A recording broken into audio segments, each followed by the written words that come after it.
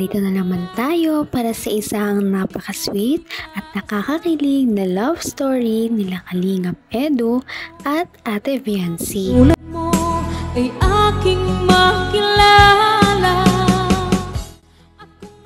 Sa pagpapatuloy ng ating video ay dumayo ang Kalingap team sa bahay nila Ate Viancy na bago dahil ito nga ay kanilang binisita para malaman kung ano na nga ba ang progress na nangyayari dito.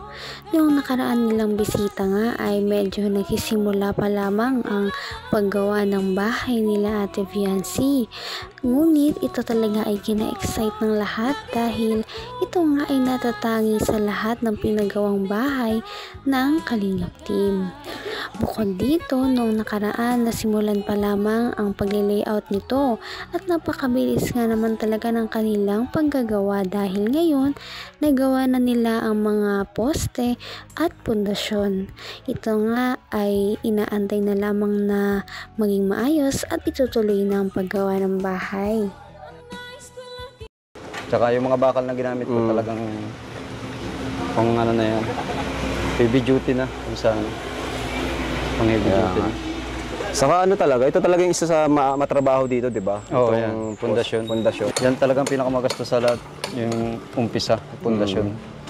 Grabe. Kasi talagang dito tayo kukuha ng tibay, ay laging sa pundasyon tayo kukuha ng tibay bago tayo tumakas. Second floor kasi ay. Saka pundasyon pa lang, talagang gagastos ka na. Bakal. Dapat quality na. Pundasyon pa lang. Buhangin, semento. So pagkatapos naman ito, madali na to eh, no? Pagpatong ng hollow blocks, baka 3 araw. Ano na kayo eh? Mga 1 week lang. Kasi isang kwarto naman sa baba. Umpisa naman tayo sa slab yun. Isa pa yun, yung pinakamagastos din sa lahat. Ganda nito. Yung flooring naman sa taas. Sobra. Grabe. Talagang malawak pa dito. Kasi pero tutuyo ng iba ah. Oh, ilang poste na lang? Ano na lang? Kamay na kita mahal.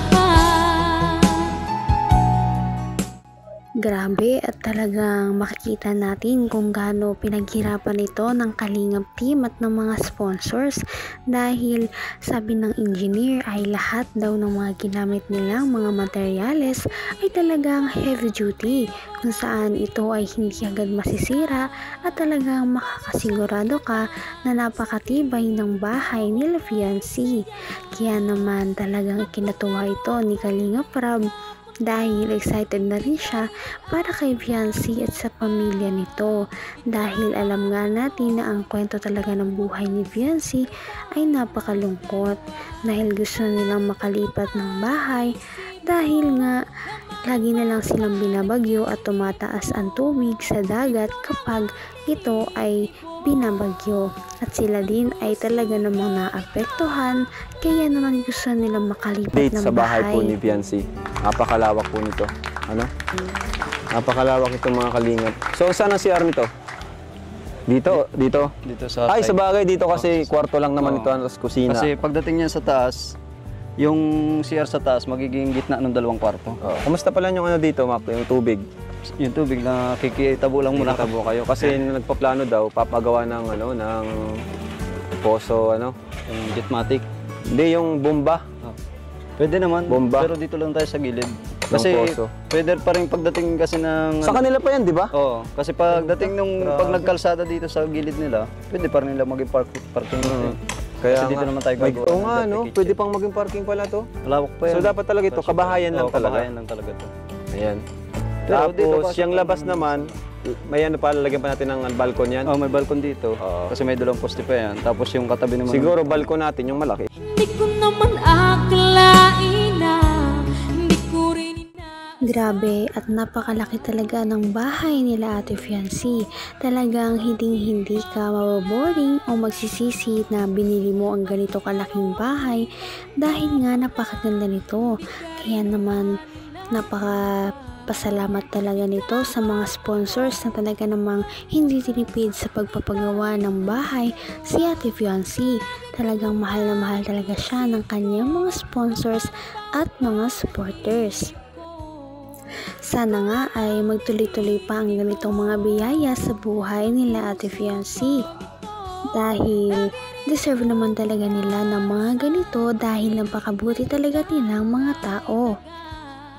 At aabangan na nga natin kung ito ay talagang mabubuo agad dahil sa tingin ng Kalingap team ay 3 months pa daw bago mabuo ang bahay na ganito kalaki dahil napakalaki nito. Tulong pala nitong mixer, Oo, ang bilis lang po. Yan po kasi mixer na yan yung binili ko dati para sa church. Yan, ginagamit din po namin sa pabahay. Ayan, malaking tulong din talaga. Kagandahan pag may mixer.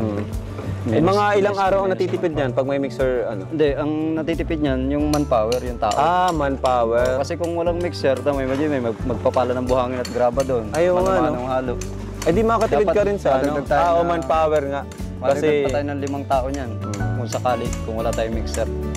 Dito lang mixer, mahalo lang yung dalawa o abutan na lang siya. Ayan, shoutout po kay sa mga sponsors po nila Biancy, kay Tita Pink Provido, Sir Leo D, ayan, Tita Ana, Mami Rexy, sa EDC Global, KGS. Maraming salamat ko, Ninang Erica Alpon. Ayan, Sir Lito. Thank you so much po sa inyo. At ito na po. Grabe din talagang laking biyaya ng Kalingap team sa buhay nila Ate Viancy dahil kung wala ang mga ito ay hindi mapapatayo ang ganito kalaking bahay para sa kanila. Sabi nga ng mama ni Ate Viancy na okay lamang daw kahit gaano kalaking bahay ang ibigay sa kanila, kahit yung napakasimple lamang na napakaliit, okay na daw sa kanila yon. Kaya naman sobrang saya talaga ng pamilya ni Ate Viancy nung nalaman nila na napakalaki ng kanilang bahay, 200 square meters, at pinadagdagan pa ito ng another second floor ng kanilang mga sponsors. Talagang hindi na rin daw sila makapaghintay na makalipat dahil excited na talaga sila sa kanilang bagong bahay dahil kita nyo naman na napakaganda nito at marami talagang plano ang engineer sa gagawin dito. Hindi pwedeng mangyari kasi may tindahan daw dyan. May tindahan. Ay di yung kalahati, Kalahati balkon, lang, kalahati, just like tindahan.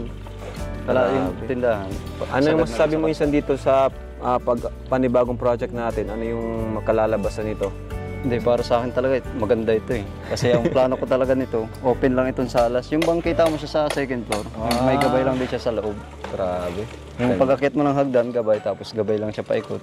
Bago ka lalabas naman ng terrace. Ang magiging terrace niya, yung ilalim naman ng balcony. Balcony yung ilalim, terrace yung taas. Yun ang pinaka-the best. Tapos 2 kwarto, CR sa gitna.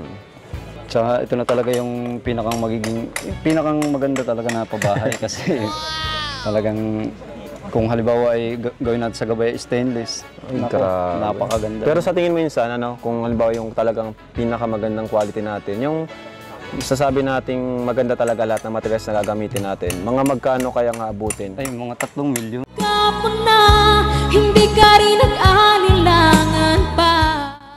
Talagang record-breaking nga ang bahay nila Ate Viancy. Sa dami ng kanyang mga sponsors at mga viewers, talagang lumaki at yumabong ang kanilang bahay ng ganito kalaki. Napakarami ng nalikom ng Kalingap team para ipatayo ang kanilang bahay.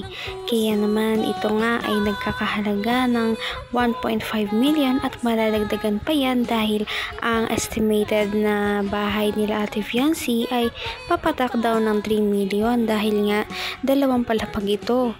Ganun pa man, nakakatuwa dahil ito nga ang first ever sa history ng Kalingap team na magkaroon ng ganito kalaking bahay at nagkaroon pa ito ng groundbreaking ceremony nung nakaraan. Ano kaya ang maging kahihinatnan ng bahay nila Ate Viancy?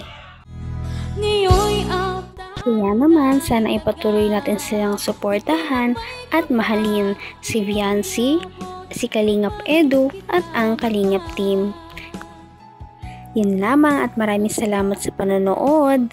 Abangan natin kung magkakatuluyan ba talaga si Kalingap Edu at Viancy.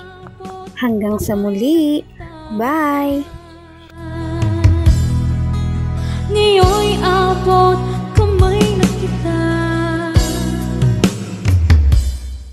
Mahal